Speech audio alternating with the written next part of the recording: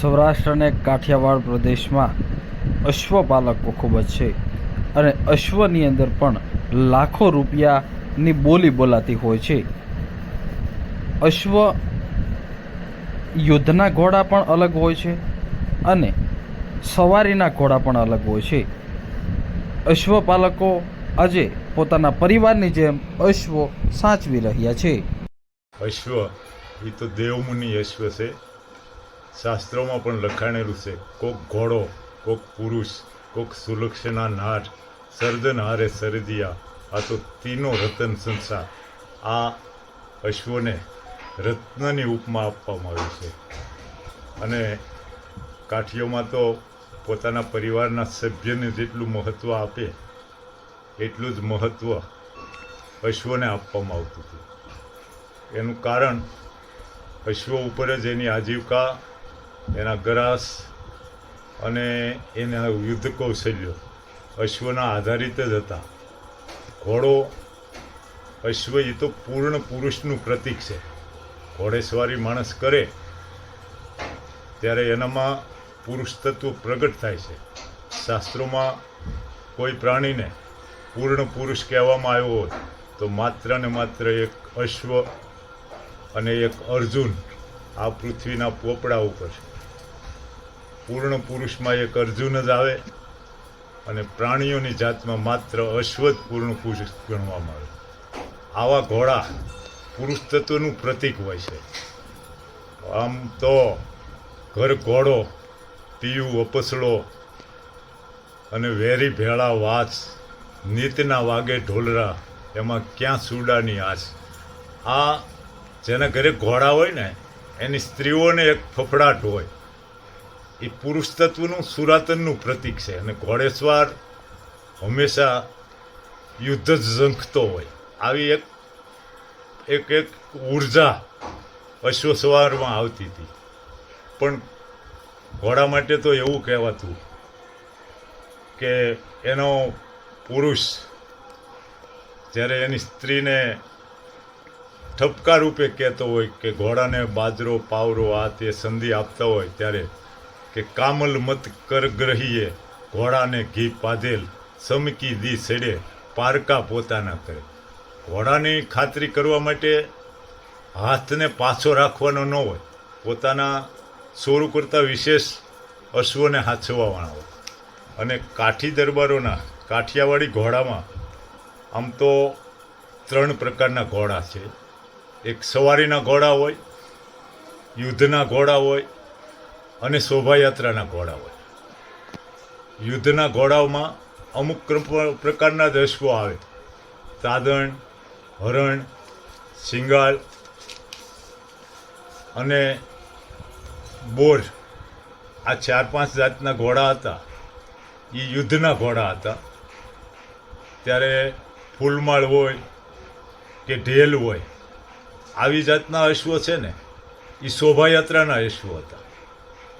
ત્યારે અમુક પ્રકારના અશ્વો છે એ સવારીના જ અશ્વો હતા. માત્ર ગામત્રા અને સવારી, લાંબા અંતરની સવારીઓ કરવાની હોય ત્યાં એ પ્રકારની એવી જાતો જ હતી કે જે સવારીના જ કામમાં આવે, યુદ્ધના જ કામમાં આવે અને શોભાયાત્રાના જ કામમાં આવે. અને ઘોડાના સામાન પણ 3 પ્રકારના હતા. યુદ્ધના ઘોડાના સામાન અલગ હોય, એમાં શારજામો હોય, સવારીના ઘોડામાં હોંડિયું, દળી અને ઘાસિયાનો જ ઉપયોગ કરવામાં આવે. એના ઉપર શારજામાનો ઉપયોગ ઓછો કરવામાં આવે. અને એક યુદ્ધના ઘોડામાં એક સેવટી પ્રકારના સામાનનો ઉપયોગ થતો હતો. અને ગઢડાના મશહૂર મોચીઓ દ્વારા આ સેવટી પ્રકારના સામાન બનાવવા આવતા. અને સેવટી એટલે ઘોડાને એટલી અનુકૂળતા આવતી કે સેવટી માંડી હોય ત્યારે ઘોડાને પાંખું આવે એટલી તાકાત આવતી હતી. આવા વિવિધ પ્રકારના સામાનો હતા. કયા પ્રકારના સામાનનો કેમ ઉપયોગ કરવો, કયા પ્રકારના સામાનનો કયા કામમાં ઉપયોગ લેવો, આવી એક વિશિષ્ટ કાઠિયાવાડી ઘોડાઓ માટેની ખાસિયતો હતી. ઘોડા એ તો એક ઉર્જાનું પ્રતીક છે. આજની તારીખે તાકાત માપવા માટે હોર્સ પાવરથી જ તાકાતનું માપ કાઢવામાં આવે છે. આપે કહ્યું કે વિવિધ પ્રકારના ઘોડાની ઓળખાણ શું, તો હું સહજ કહું કે તાજણ ઘોડી છે, તાજણ જાત, એ અરબસ્તાનથી ઉતરી આવ્યા પછી કાઠીઓએ એની કેળવણી કરી અને તૈયાર કરેલી બ્રીડ છે. તાજણની ખાસિયત એ છે કે એ જ્યારે ઠાણ દે ત્યારે એનું વછેરાને એ જાંગવા ન દે. પહેલાં એને લોબાનનો ધૂપ આપવો પડે, પછી કોઈ પણ બકરા ઘેટાનો કાન કાપી અને લોહીનો સાંડલો કરવો પડે. ત્યાર પછી જ એ માણસને પાસે જવા દે અને વછેરાને જાંગવા દે. તાજણું એ તો યુદ્ધનું ઘોડ્યું છે. એ રેવાળ હાલે નહીં, છૂટ હાલે નહીં, માત્ર આક્રમકતાથી જ વેગવાન રીતે જ હાલતી હોય છે. જ્યારે અમુક અશ્વો, સવારીના અશ્વો છે, એ રેવાળ, ત્રોટ, ટાપચી, સૂટ, ઉપાડ વિવિધ પ્રકારની હાલ્યો શીખતા હોય છે. પણ અમુક જે યુદ્ધની ઘોડીઓ છે ને, એ આવી આપણે કહીએ એવી હાલ ન હાલે, એ એની મનસ્વી હાલે જ હાલતી હોય છે. અને અશ્વના વિવિધ પ્રકાર છે. એમાં અમુક પ્રકારના અશ્વો બેય કામમાં આવતા હોય, સવારીના કામમાં આવતા હોય અને યુદ્ધના કામમાં હોય. બોર જાતના ઘોડીઓ એવી જાતની છે કે એ સવારીના કામમાં હાલે અને યુદ્ધના કામમાં હાલે. બોરની એક ખાસિયત હોય કે એને ગરદણીની એટલી જાળવણી કરે, એના માલિકની એટલી જાળવણી કરે. હામાં માણસને એવો દેખાવ લાગે કે આ ઘોડી ઉપર બેહવું કેમ, પણ જ્યારે એના સવારને એ એટલી તોફાન કરતી હોય, આ કરતી હોય, તે કરતી હોય, પણ એટલી રીતે જાળવતી હોય કે એના સવારને ઊંચી આશ ન આવે. એ ઘોડિયું સવારીમાં પણ હાલતી અને યુદ્ધમાં પણ હાલતી. બીજું, ઘોડાની ખોટ.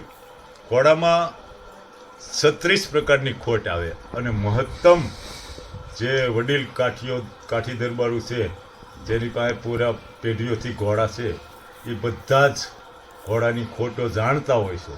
પણ ઘોડાની ખોટ બતાવીને એ પણ એક ખોટ જ છે, એ માણસની ખોટ ગણાય. અને જેને ઘરે ઘોડું ન હોય એ તો મોટામાં મોટી ખોટ છે. ઘોડામાં 36 ખોટ છે, પણ જેને ઘરે ઘોડું ન હોય ને, એ મોટામાં મોટી ખોટ છે.